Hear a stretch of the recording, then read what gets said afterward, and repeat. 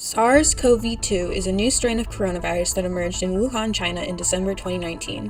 The virus, which causes symptoms such as fever, tiredness, and dry cough, quickly spread across the globe, becoming a pandemic. The virus spread to the US in January, with national cases now topping 100,000, more than any other country. There are over 2,000 cases in Texas and over 300 in Dallas.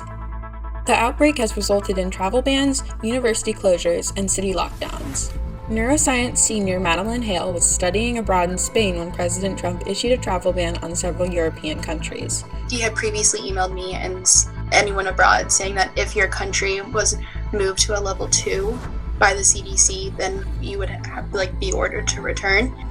We just woke up one morning and I had all these texts and calls because while Europe was sleeping, President Trump initiated the travel ban, and at the same time the CDC moved all of Europe to a level 3.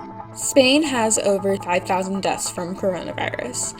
Hale said the country began taking action after the travel ban, a stark contrast to their previously relaxed stance. By that night, the clubs were closing, and the next day, the museums were closed, and the parks got closed, and then on Saturday was when they started shutting down Madrid completely. On one of her last nights in Spain, Hale said she witnessed a display of solidarity among its citizens. The very first night of the lockdown, Saturday night, they started doing a round of applause at 10 p.m. every night from your window or balcony for all the healthcare workers.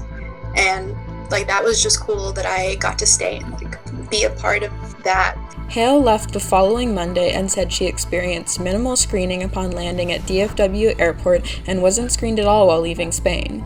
And the flight crew had nothing. They had no details about what it would be like. They're kind of just when you land, no one's allowed to stand up, and you can't leave, you can't unbuckle even until someone from Homeland Security comes on the plane and tells us what we're going to do, and then they would confirm with you that you didn't have any symptoms, and then they just gave you a sheet on here's how to do self-quarantine, have a great day.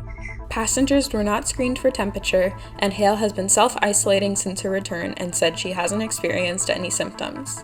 I just wash my hands really, really well before I touch anything in the kitchen, and I do go for walks every day because you can't stay inside, but I don't touch anyone or anything, obviously, so I'm just trying to be careful so that even if I was a carrier for it, I'm risking as little as possible the exposure to my family.